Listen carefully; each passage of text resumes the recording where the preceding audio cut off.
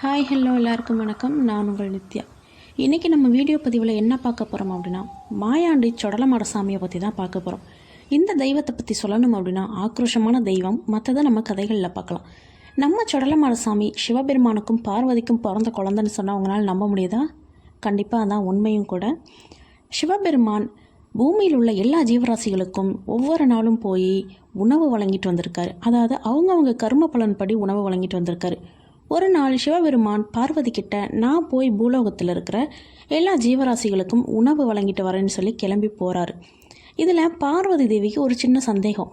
அதாவது சிறு சிறு உயிரினங்களுக்கு கூட இவர் எப்படி போய் உணவளிக்கிறாரு, இதை நம்ம கண்டுபிடிக்கணும்னு சொல்லிட்டு என்ன பண்ணுறாங்கன்னா, ஒரு சின்ன எறும்பை பிடிச்சி குங்கும சிமிழில் போட்டு அடைக்கிறாங்க. காற்று கூட போக முடியாத அளவுக்கு இருக்கிற சிமிழில் அடைச்சி வச்சுட்டு சிவபெருமான் பூலோகத்திலிருந்து மேலோகம் அதாவது கைலாயம் வந்த பிறகு நம்ம பார்வதி தேவி சிவபெருமானை பார்த்து, எம்பெருமானே, அனைத்து உயிரினங்களுக்கும் உணவளித்து விட்டீர்களான்னு கேட்குறாங்க.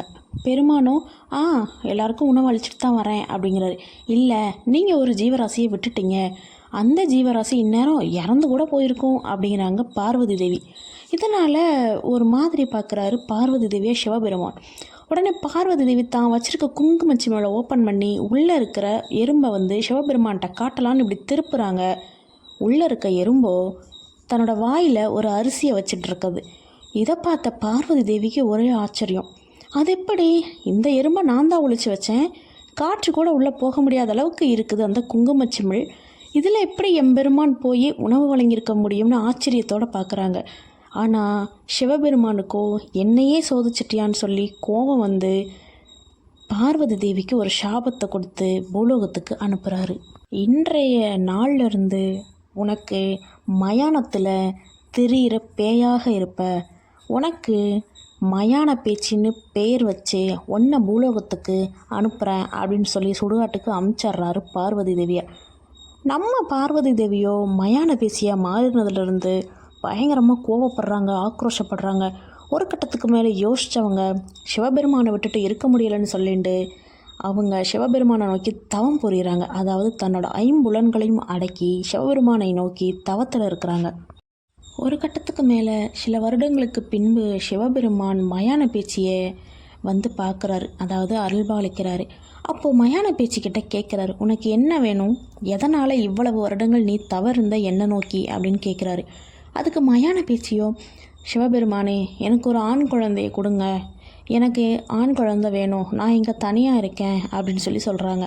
சிவபெருமானோ எரியிற சுடரை நோக்கி, அதாவது இறந்து போன பிணத்தினை எரியூட்டிய பிறகு அந்த எரியிற பிணத்தின் அருகில் நின்று உன்னோட முந்தானை துணியை நீட்டினில், அப்போது அந்த பிணம் வெடித்து சிதறி அதில் இருக்க துகள்கள் உன்னோட முந்தானையில் படும் பொழுது அது ஒரு குழந்தையாக உருவெடுத்து உனக்கு பெயர் சொல்லும் அப்படிங்கிறாரு.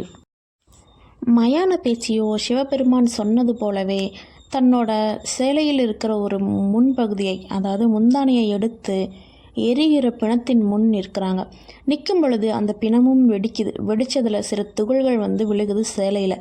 விழுந்த உடனே அதை எல்லாத்தையும் ஒன்றா சேர்த்து ஒரு குழந்தைய உருவெடுத்து வைக்கலாம்னு பேச்சு நினைக்கிறாங்க.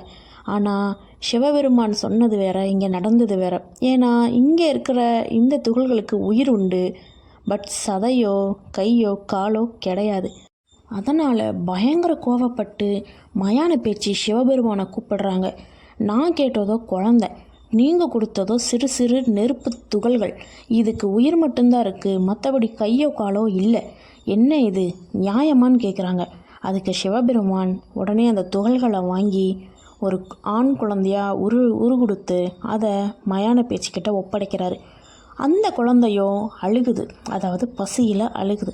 உடனே மயான பேச்சு தன்னோட மடியில் இழுத்து வச்சு தன்னோட தாய்ப்பாலை கொடுக்குறாங்க.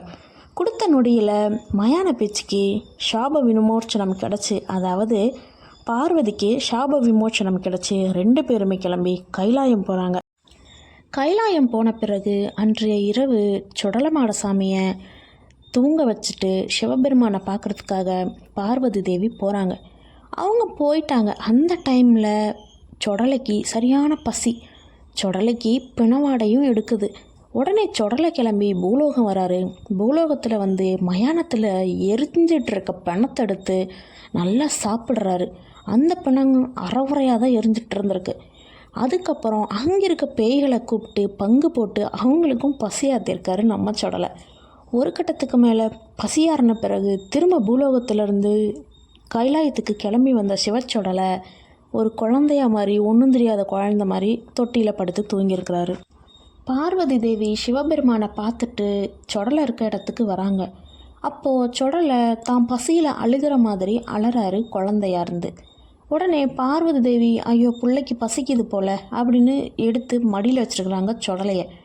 சொடலையோட முகத்தில் பார்த்தா வாயெல்லாம் ரத்தம். இதை பார்த்த பார்வதி தேவி ஒரு செகண்ட் ஆடி போயிட்டாங்க. ஏன்னா சொடலை மேலே பிணவாடையும் அடிக்குது.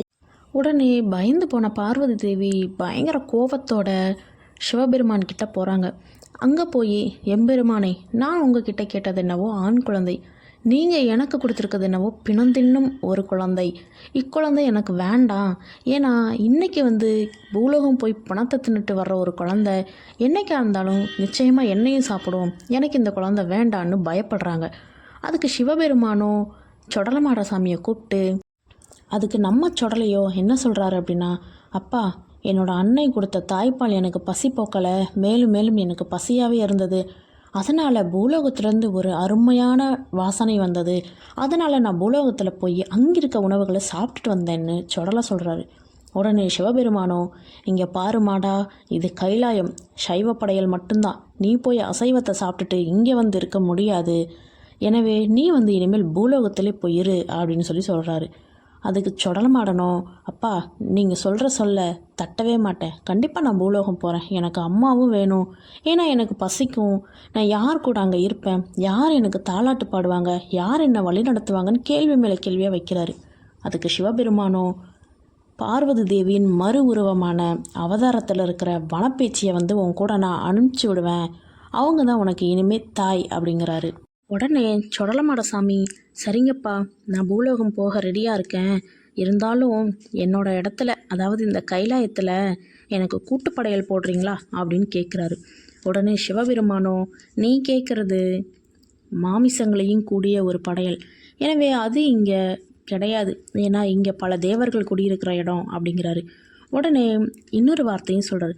மக்கள் உன்னை தெய்வமாக்கி படையல் போட்டு பசியாற்றுவார்கள்னு சொல்கிறாரு சிவபெருமான். அதுக்கு சொடலமாடசாமி சில வரங்களையும் கேட்டு வாங்கிக்கிறாரு. என்ன வரம்னு பார்த்தோம் அப்படின்னா, நான் பேய்களுக்கும் பெரியவனாக இருக்க வேண்டும், மைக்கும் மாந்திரிகத்துக்கும் அப்பாற்பட்டவனாக இருக்க வேண்டும், கெட்டவர்களுக்கு கெடுதல் செய்பவனாக இருக்க வேண்டும், நல்லவர்களுக்கு நன்மை செய்பவனாக இருக்க வேண்டும், நான் கொடுக்கும் சாம்பல் என் பெயர் சொல்லணும், நான் கொடுக்கும் மயான சாம்பல் தீராத நோயையும் தீர்க்க வேண்டும், கெட்ட எண்ணம் கொண்டு கெட்ட காரியங்கள் செய்ய என்னோட எல்லைக்குள் யார் வந்தாலும் அவங்களை கொன்று ரத்தத்தை குடிப்பேன்னு சொல்கிறாரு. நடுராத்திரியில் கர்ப்பிணி பெண்கள் என்னோட எல்லைக்கு வந்தால் குறை மாதமாக ஆக்கிடுவேன்னு சொல்கிறாரு.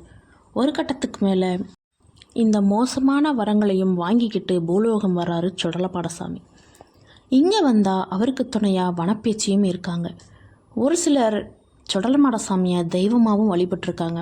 உடனே அங்கு போட்ட படையல் அனைத்தையும் பிடிச்சு போன சொடலமாடசாமி பூலோகத்திலேயே தங்கணும்னு முடிவு பண்ணிட்டாரு. அவரை நம்பி வர்ற எல்லாத்துக்குமே நன்மைகளை செய்யணும்னு முடிவு பண்ணியிருக்கார்.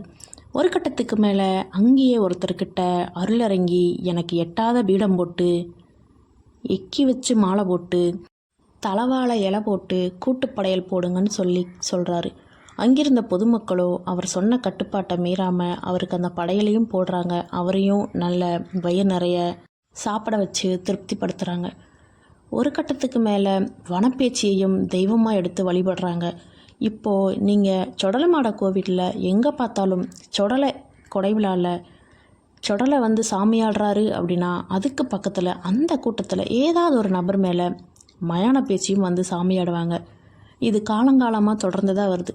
சொடலை எங்கெல்லாம் போய் நிற்கிறாரோ அங்கெல்லாம் சொடலைக்கு பாதுகாப்பாக தன்னோட மகனை பாதுகாக்க மயான பேச்சியும் அங்கே போய் நிற்கிறாங்க அப்படின்னு சொல்கிறாங்க. சொடலசாமிக்கு படையல் போடும்போது மயான பேச்சிக்கும் சேர்த்து தான் படையல் போட்டு வழிபடுறாங்க. எனக்கு தெரிஞ்ச அளவுக்கு சொடலமாட சாமியை பற்றி நான் சரியாக தான் சொல்லியிருக்கேன்னு நினைக்கிறேன், நம்புகிறேன். ஒருவேளை நான் தப்பாக சொல்லியிருந்தேன் அப்படின்னா கமெண்ட் பாக்ஸில் வந்து நீங்கள் சொன்னீங்க அப்படின்னா அதை நான் சரி பண்ணிக்கிறேன். ஓகே கேஸ், இந்த பதிவு இதோட முடிஞ்சது. நெக்ஸ்ட் ஒரு பதிவில் நான் வந்து உங்களை சந்திக்கிறேன். நான் உங்கள் நித்யா. இந்த பதிவு உங்களுக்கு பிடிச்சிருந்தது அப்படின்னா சப்ஸ்கிரைப் பண்ணுங்கள், ஷேர் பண்ணுங்கள், கமெண்ட் பண்ணுங்கள், லைக் பண்ணுங்கள். ஓகே, பாய் பாய், டாட்டா, டேக் கேர்.